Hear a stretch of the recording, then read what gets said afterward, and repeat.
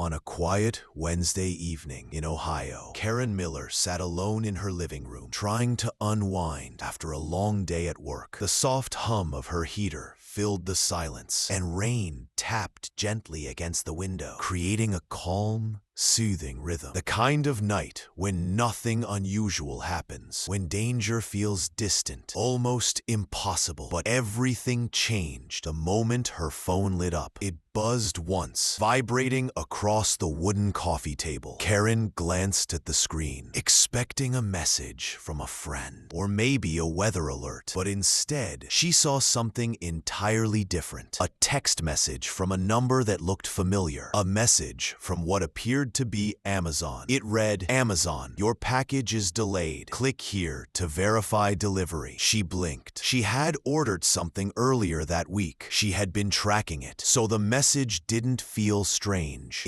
Karen tapped the notification, and the page opened instantly. Professional, clean, perfectly structured. The Amazon logo, the yellow button, the blue tracking link. Everything looked exactly right. There was nothing to warn her, nothing to raise suspicion. She sighed, thinking it was another delivery hiccup. She clicked the link. A web page opened. Beautiful, convincing, unmistakably Amazon, or at least that's what it wanted her to think. The page asked her to verify her account, to reschedule the delivery. She entered her email, her password, and finally her debit card number for a tiny verification fee, $1.50. It didn't even feel like a charge, just a small inconvenience. She pressed submit. For a second, the page froze. The loading bar stopped. Then suddenly, it redirected to the real Amazon website. But thousands of miles away, someone was already watching her. Inside a small apartment in Eastern Europe, the only illumination came from the glow of multiple computer monitors. A man sat hunched over a desk, his hood casting a shadow over his face. On his screens, real-time stolen data flickered as it streamed into his system. Karen's details appeared instantly. Her Amazon login, her email, her password, her debit card information, her billing address, everything he needed. A slow smile crept across his face as he copied her information into his program. Within seconds, he started. Karen's phone buzzed once. She ignored it. It buzzed again. She grabbed the phone. A notification popped up. Withdrawal, $199. Before she could process it, withdrawal, $480. Her heart raced. She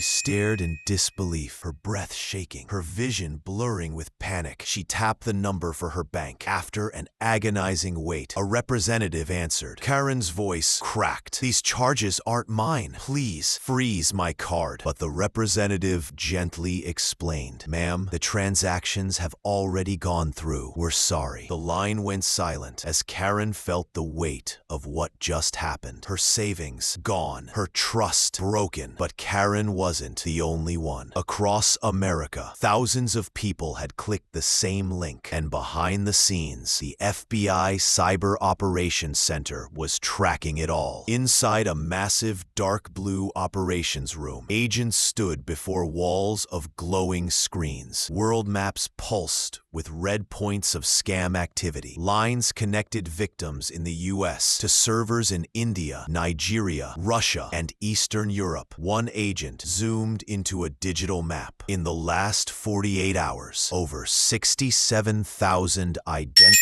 8 hours. The room held an intense energy, part urgency, part frustration. These scammers were fast, organized, and nearly impossible to trace. And they knew exactly when to strike. Right after a real Amazon order. That was the trick. Back in her home, Karen sat on her couch, stunned and defeated. She felt embarrassed, ashamed, but she wasn't to blame. Amazon eventually released a nationwide alert. "We never message customers with links ever. But by then, the scam had already cost Americans millions. Cybercrime doesn't look like crime. It doesn't break into your home. It doesn't smash windows. It doesn't leave fingerprints. It slips through your phone, through trust, through routine, through one simple click. If Karen had known the signs, she might have been saved. So here are the rules. Never click links in text messages. Always use the official Amazon app. Enable two-factor. Check the actual sender before responding and report suspicious messages immediately. Scammers rely on silence. They rely on shame. But sharing stories exposes them. Have you ever received a message like Karen's? Tell us in the comments. Your experience might save someone else. This is Crime in the City. Stay alert, stay aware, stay safe.